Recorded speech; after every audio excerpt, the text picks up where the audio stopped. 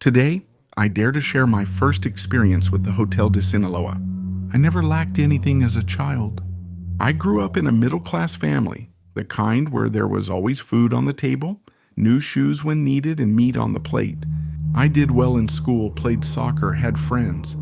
And to be honest, I wasn't lacking girls in the classroom either. I was always the kid with more cash in my wallet, and that made me proud. In middle school, I felt on top, chased a few girls, and talked tough. I thought I was important because I had connections with teachers. I even started to change the way I talked and the way I stood. What caught my attention was the world of drug trafficking. In my head, I imagined myself like those characters from the television shows, thinking I was someone tough, someone respected.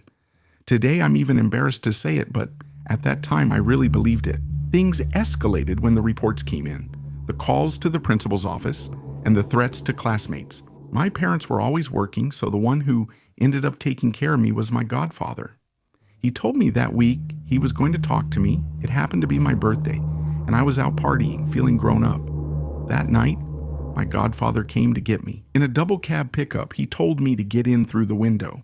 Once inside, he was gone. Only soldiers in sneakers remained.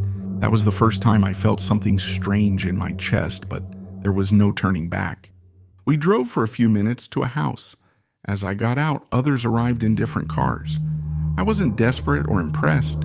I just felt gut-wrenching fear. My godfather told me to go inside because he wanted to show me something. Everything felt heavy. Inside, there were rooms and people with covered faces sitting on the floor, hands behind their backs. I quietly followed him. He told me to wait in the living room, where other soldiers in sneakers sat.